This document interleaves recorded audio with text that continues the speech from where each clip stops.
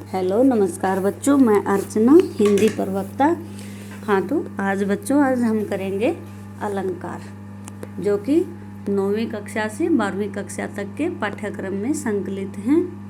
और वैसे भी हम कोई भी टेस्ट देने जाते हैं तो अलंकार संबंधी प्रश्न अवश्य पूछा जाता है, तो इसलिए आप अलंकारों को बड़े ध्यान से करना। हम इस वीडियो के अंदर इस अलंकार की 2 वीडियो बनाएंगे, क्योंकि एक वीडियो ज़्यादा बड़ी हो जाती है जिससे आप बोर हो जाएंगे और आपको थोड़ा सा बड़ा भी लगेगा।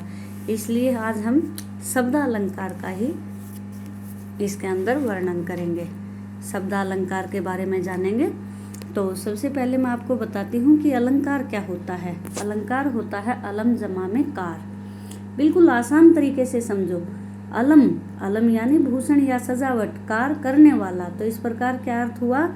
अलंकृत करना या भूषित करना या सजावट करना।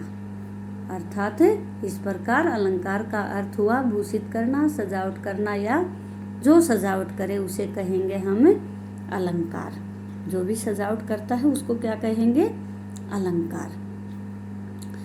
तो कि जिस प्रकार मनुष्य अपने सौंदर्य को बढ़ाने के लिए अलंकार आभूषणों का प्रयोग करता है ना, उसी प्रकार आभूषण या वस्त्रों का प्रयोग करता है, उसी प्रकार कवि भी अपने काव्य के सौंदर्य को बढ़ाने के लिए अलंकारों का प्रयोग करता है। छंद और अलंकार।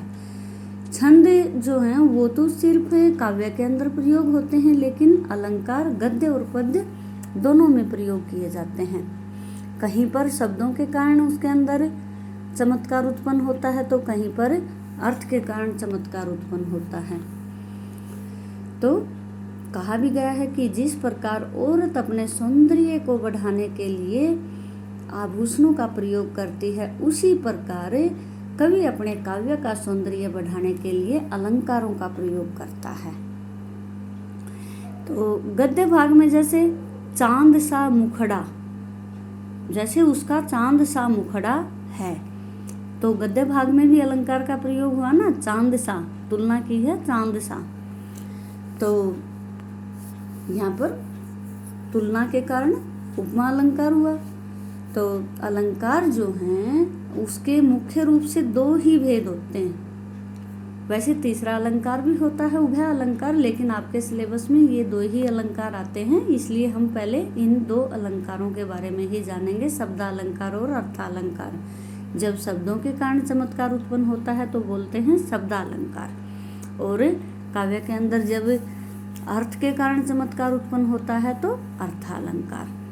शब्दालंकार के भेद अनुप्रास अलंकार, यमक अलंकार और श्लेष अलंकार। अर्थालंकार के रूपक, उपमा, उत्प्रेक्षा, अतिशयोक्ति, अन्योक्ति और मानवीकरण।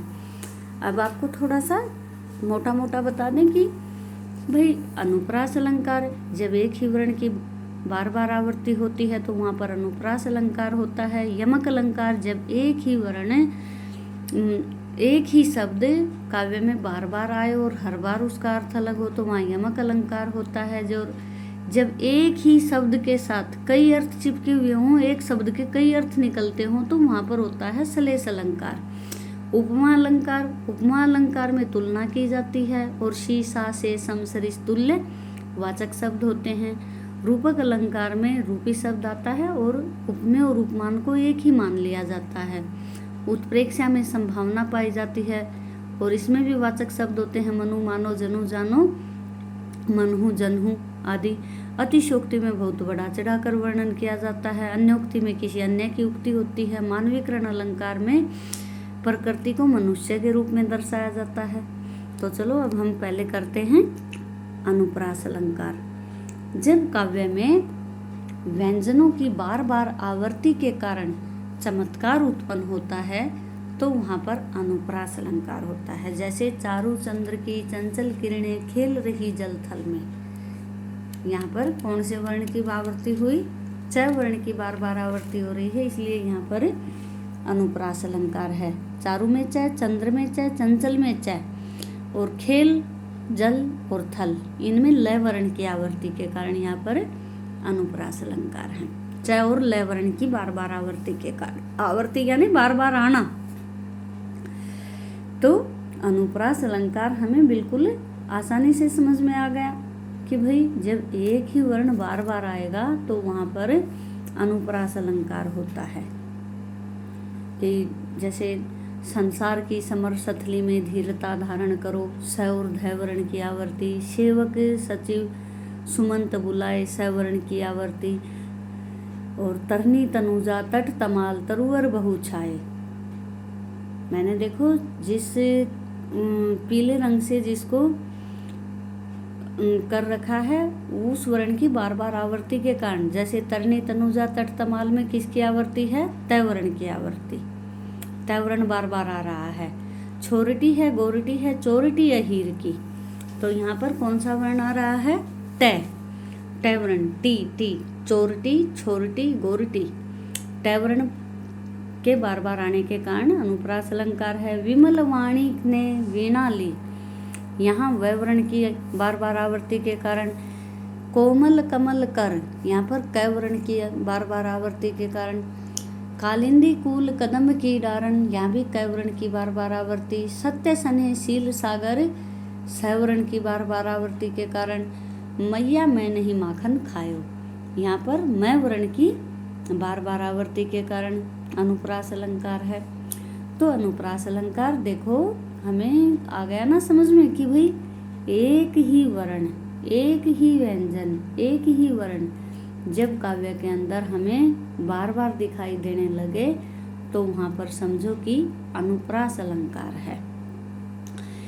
जैसे देखो सत्य सने शील सागर, स वर्ण की आवर्ती। मैया मैं नहीं माखन खायो, मैं वर्ण की आवर्ती। और भाई मधुर मधुर मुस्कान मनोहर, मैं वर्ण बार बार आ रहा है। साध्वी सती हो गई, स वर्ण बार बार आ रहा है। संसार की समर सथली में धीरता धारण करो, स और ध वर्ण की बार बार आवर्ती के कारण। रघुपति राघव राजा राम, यहाँ पर र वर्ण की बार बार आवर्ती के कारण अनुप्रास अलंकार है। तो अनुप्रास अलंकार हमें अलंकारों में सबसे आसान लगना चाहिए, क्योंकि एक ही वर्ण बार बार आता है तो वहाँ पर अनुप्रास अलंकार होता है।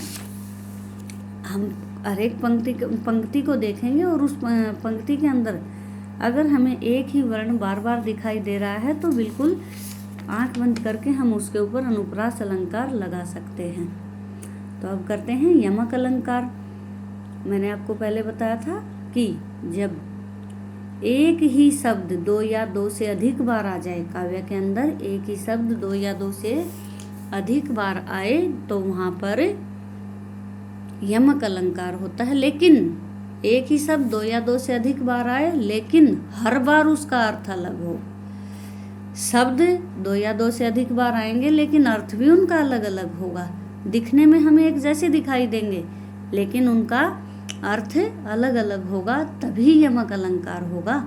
क्योंकि देखो पुनरुक्ति प्रकाश अलंकार होता है एक, उसमें भी एक ही शब्द बार बार आ जाता है लेकिन वहाँ पर अर्थ एक जैसा होता है, दोनों का अर्थ एक होता है। लेकिन यहाँ यमक अलंकार के अंदर शब्द एक जैसे दिखाई देंगे लेकिन अर्थ हमें अलग अलग दिखाई देगा, तब जाके यमक अलंकार बनता है। यही यमक और पुनरुक्ति प्रकाश अलंकार के अंदर अंतर होता है।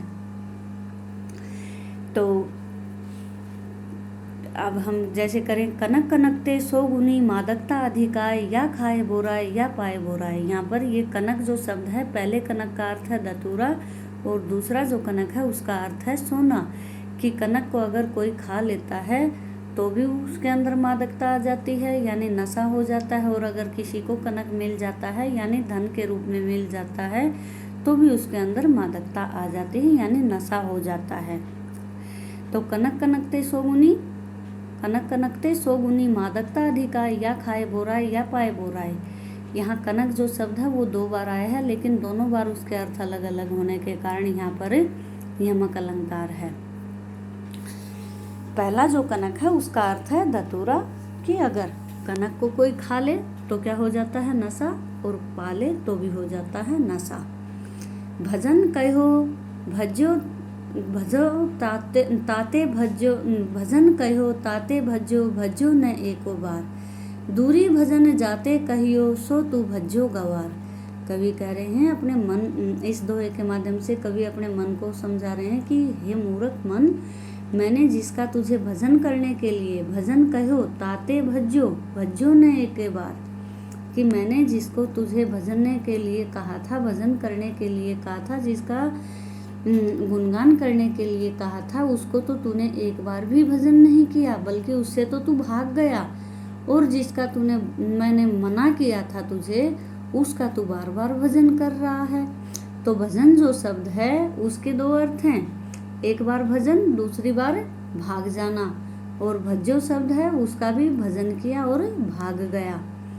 इस दोहे के माध्यम से कवि क्या कह रहा है कि हे मेरे मन, जिस परमात्मा का मैंने तुझे भजन करने के लिए कहा था, उसका तो तूने एक बार भी भजन नहीं किया। और जिन विषय वासनाओं से मैंने तुझे कहा था कि इन विषय वासनाओं से भाग जाना, इनको दूर रखना, उनके पास तू बार बार जा रहा है, उनका बार बार भजन कर रहा है। काली घटा का घमंड घटा। अब यहाँ पर शरद ऋतु के आगमन पर कवि कह रहा है कि काली घटा का घमंड घटा। काली जो घटा है यानी काले जो बादल हैं, उनका घमंड घट गया है, घमंड कम हो गया है। यहाँ घटा के दो अर्थ हैं, एक बार बादल और एक बार कम होना। इसी के कारण यहाँ पर यमक अलंकार है। पास हीरे हीरे की खान, कि पास ही है, किसकी खान? हीरे की खान। एक बार तो ही है, हीरे जो शब्द है इसका अर्थ एक बार तो है ही है, और दूसरी बार है हीरा। हीरा यानी कोई हमारे पास हीरे जवाहरात जो होते हैं उसके रूप में। खोजता कहाँ रे नादान, एक रतन के रूप में हीरे का अर्थ है। जे 3 बार खाती थी ते 3 बेर खाती है। 3 बेर खाती थी, जो 3 बेर खाती थी यानी 3 बार खाना खाती थी। जे 3 बेर, वो आज बेर यानी फल, आज बेर रूपी फल सिर्फ 3 बेर ही खा रही है। तो यहाँ पर जो ये 3 बेर है, पहला जो 3 बेर है उसका अर्थ है 3 बार, बेर का अर्थ है बार, और दूसरा जो 3 बेर है उस बेर का अर्थ है फल। तो शब्द एक ही हो, एक ही शब्द 2 या 2 से अधिक बार आ जाए, लेकिन उनके अर्थ अलग अलग हों। हमें इसकी व्याख्या करके देखनी पड़ेगी। तो अर्थ अलग होते हैं तो वहाँ पर यमक अलंकार होता है। माला फेरत जुग भया, फिरा न मन का फेर, कर का मन का डारी दे, मन का फेर। यहाँ पर भी ये जो मन का है, मन का यानी हृदय का, और दूसरा जो मन का है वो जाप के लिए, जो कई बार आपने मंदिर में देखा होगा कि माला का जाप करते हैं, तो वो है मोती, उसकी माला का मनिया। तो जो ये मन का है इसके अलग अलग अर्थ होने के कारण यहाँ पर यमक अलंकार है। कहे कवि बेनी बेनी बयाल की चुराई लेनी। बेनी, कहे कवि बेनी, रामवृक्ष बेनीपुरी, कवि का नाम है रामवृक्ष बेनीपुरी। कवि बेनी कह रहे हैं बेनी बयाल की चुराई लेनी यानी चोटी। एक बार बेनी का अर्थ है कवि का नाम, दूसरी बार बेनी का अर्थ है चोटी। रति रति शोभा सब रति के शरीर की। रति रति, कवि कह रहे हैं कि रति रति, जरा जरा, शोभा रति के शरीर की। रति है कामदेव की पत्नी का नाम। तो एक बार तो रति रति, जरा जरा, और दूसरे जो रति है उसका अर्थ है कामदेव की पत्नी, कामदेव की पत्नी का नाम है। तो यमक अलंकार के अंदर तो हमने यही देखना है कि एक शब्द 2 या 2 से अधिक बार आ रहा है और उनका अर्थ अलग अलग, अगर हमें पता चल जाता है कि इनका अर्थ अलग अलग है तो वहाँ सीधा यमक अलंकार लगा सकते हैं हम। तो इसके साथ साथ आपने कुछ दोहे याद भी करने हैं, कि याद करोगे तो आपको आसानी रहती है, और इनकी व्याख्या भी आनी ज़रूरी है। इसलिए आप व्याख्या भी करें और दोहे याद भी करें, ताकि हम आसानी से पहचान सकें कि भाई यमक अलंकार कहाँ पर है। कि रति रति शोभा सब रति के शरीर की। तो जरासी और कामदेव की पत्नी, तू मोहन के उर्वशी हवई उर्वशी समान। तू मोहन के उर्वशी, कि तू मोहन के हृदय में बस गई है, हवे उर्वशी समान, और कामदेव की पत्नी उर्वशी के समान नहीं, कामदेव की पत्नी नहीं, जो अप्सरा के, कामदेव की पत्नी तो रति थी ना, तो अप्सरा, एक उर्वशी, अप्सरा का नाम था उर्वशी। तो एक बार उर्वशी है वो तो हृदय में बसी, और दूसरी बार अप्सरा का नाम है। तो अब आ गए सलेस अलंकार। सलेस अलंकार का अब जो उसका मूल अर्थ है वही सलेस का है चिपकना, यानी जहाँ पर एक ही वर्ण के साथ कई अर्थ चिपके हों, अर्थात एक ही वर्ण के कई अर्थ निकलते हों, वहाँ पर सलेस अलंकार होता है। जैसे जहाँ गांठ वहाँ रस नहीं, यह जानत सब कोई। गांठ जो शब्द है उसके दो अर्थ हैं। दो अर्थ कौन कौन से हैं कि एक तो गन्ने की पोर के अंदर जो गांठ होती है, दूसरा कपट, कि जहाँ पर कपट होता है या गन्ने के पोर के अंदर जो गांठ होती है वहाँ पर रस नहीं होता, ये बात सभी जानते हैं। तो यहाँ गांठ जो शब्द है, एक गांठ के दो अर्थ हैं। देखो यमक अलंकार के अंदर तो शब्द दो या दो से अधिक बार आ रहे थे और उनका अर्थ अलग अलग था, लेकिन सलेस में शब्द एक बार आएगा लेकिन उनके अर्थ कई होंगे, एक ही शब्द के कई अर्थ होंगे। कि जहाँ गांठ जो शब्द है इसके भी दो अर्थ हैं, जैसे ईख की पोर और कपट। की ईख की पोर के अंदर जहाँ गांठ होती है वहाँ पर रस नहीं होता, और जहाँ कपट होता है वहाँ भी मनुष्य के आपस में अच्छे संबंध नहीं होते, तो इसलिए कपट। तो एक ही शब्द के कई अर्थ चिपके हों वहाँ क्या है, सलेस अलंकार। अब है जैसे रहीमन पानी राखिए बिन पानी सब सून, पानी गए न उबरे मोती मानुष चून। यहाँ पर जो ये पानी है, अगर मोती के संदर्भ में लें तो इसका अर्थ है चमक, और मानुष यानी मनुष्य के संदर्भ में लें तो पानी का अर्थ है इज्जत, और चूने के संदर्भ में लें तो इसका अर्थ है जल। कि भाई मोती यानी अगर मोती पानी के अंदर नहीं है तो उसकी चमक नहीं, और मनुष्य भी, अगर मनुष्य को भी अपनी इज्जत और मान मर्यादा की रक्षा करनी चाहिए। मनुष्य के संदर्भ में इज्जत और चूने के संदर्भ में कि चूना जो है वो पानी में मिलकर ही पक्का बनता है, तो चूने का अर्थ हुआ जल। तो यहाँ देखो एक पानी एक है और इसके अर्थ तीन तीन निकल रहे हैं। तो ऐसा जब जहाँ पर आ जाता है तो वहाँ पे सलेस अलंकार होता है। तो हमें ध्यान से समझना है कि भाई कहाँ पर सलेस अलंकार है और कहाँ पर यमक अलंकार है। यमक तो होगा जहाँ पर एक शब्द के एक ही शब्द काव्य में दो या दो से अधिक बार आएगा और उनका अर्थ अलग होगा। सलेस में एक ही बार आएगा लेकिन अर्थ उसके कई होंगे। जैसे चरण धरत चिंता करत फिरत चितवन चहूँ और, सुवर्ण को ढूंढत फिरत कवि व्यभिचारी चोर। कि देखो ये सुवर्ण है, अगर कवि ढूंढेगा तो क्या ढूंढेगा, सुवर्ण यानी अच्छे वर्ण, अच्छे शब्द। व्यभिचारी अच्छा रूप रंग देखेगा, और चोर जो है वो सवर्ण यानी सोना देखेगा। तो इस सुवर्ण के अगर वही कवि अगर सुवर्ण ढूंढेगा, सुवर्ण का अर्थ कवि के संदर्भ में अच्छे शब्द, और व्यभिचारी के संदर्भ में अच्छा रूप रंग, और चोर के संदर्भ में सोना। मंगन को देख पट देत बार बार, मांगने वाले को देखकर कोई तो दरवाजे बार बार बंद कर लेता है और कोई उसको बार बार वस्त्र देता है। ये जो पट शब्द है इसका अर्थ है, एक बार निकालेंगे तो वस्त्र और एक बार किवाड़, तो एक ही शब्द के अलग अलग अर्थ। को घाटी ये वृष भानुजा वे हलदर के वीर, वृष भानुजा की पुत्री राधिका और बैल की बहन गायें।